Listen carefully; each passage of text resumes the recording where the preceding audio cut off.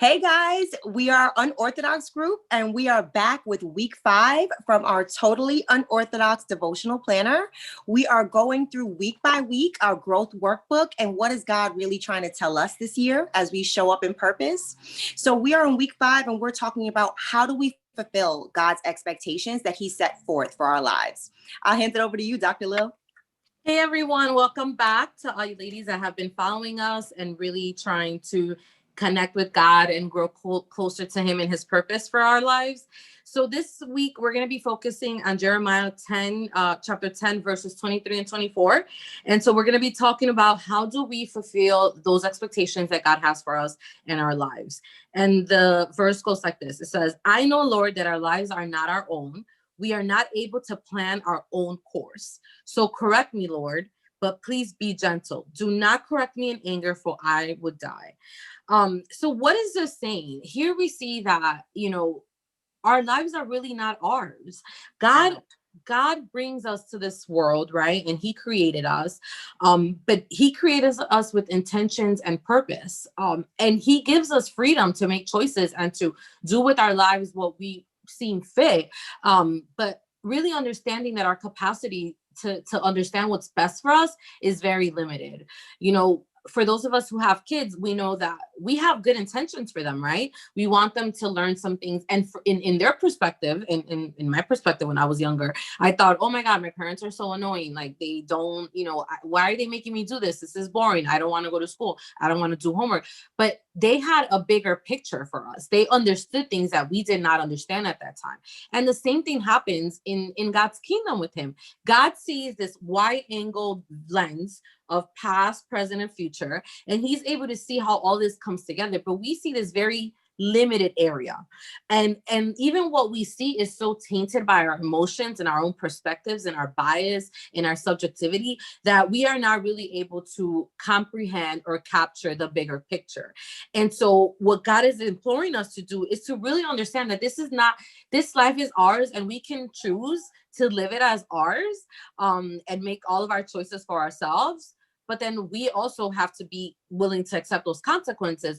Or we can choose to give our life to him, which does not mean that it doesn't have consequences, but it means that it's in a more set way, in with God's provision, with God's sustain, with his love, his comfort, his correction, which can be harsh at times, but his correction is way better than any other correction we could get from the world. Amen. Right? And I think Tiffany and I can both be witnesses of that. And so what we're really asking for you ladies to explore or reflect on is that, this verse be the prayer of your heart this week, that you openly allow God to direct you, to guide you, to correct you gently, because you're living openly in his will and you want to live in his will, and that you can only fulfill those expectations and that calling that God has for your life when you allow God to plan out the course and when you allow him to correct you as needed.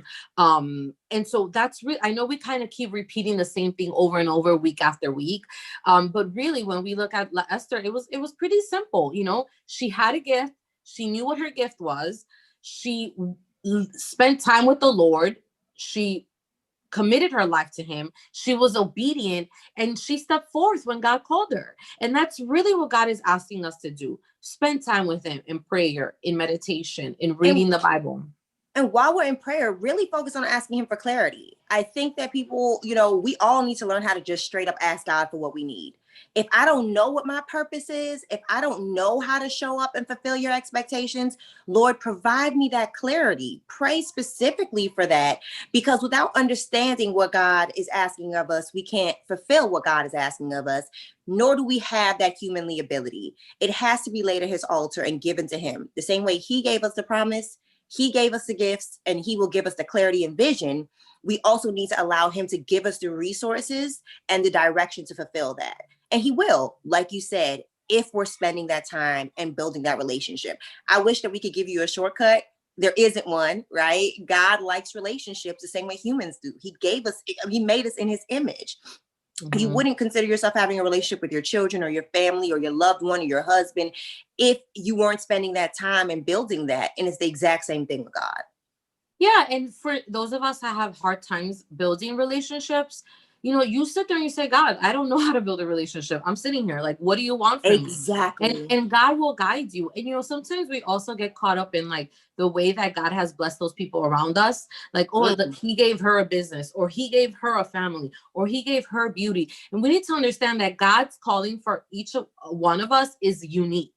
And it doesn't look like anybody else's calling. It doesn't feel like anybody else's calling, and it doesn't fulfill anybody else's calling. And so we also need to stray away from comparing ourselves to other people. Some people have been called to raise preachers.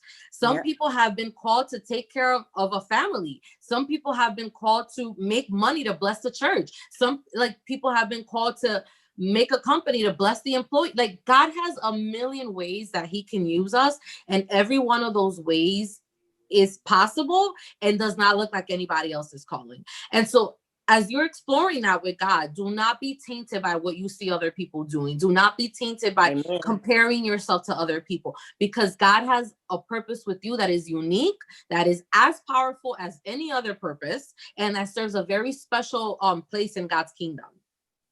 And that was a really wonderful therapeutic psychologist way to say, stop looking at people for validation for the vision God gave you. If God gave you a vision, that was your validation, right? And we're consistently looking for somebody else to co-sign it. And we have to stop doing that in 2021. We need to be looking to God and looking to his spirit to guide us every step of the way. So I appreciate it, Dr. Lily, because I'm ready. I'm ready to step up. I'm ready to try to meet his expectations. Lord knows I be trying and falling short, right? But if you're ready to try, if you're ready to show up for God, follow along with us in our totally unorthodox devotional planner. The link is definitely in the comment section, but even if you don't have a planner, we're going through this workbook week by week, devotion by devotion, and you could join in with us, right? And you can really follow along building your relationship with Christ as he really presents his purpose in you this year. We appreciate you guys joining us as always. We hope that you have a blessed week this week. Many, many, many blessings. Thank you, everyone. Take care.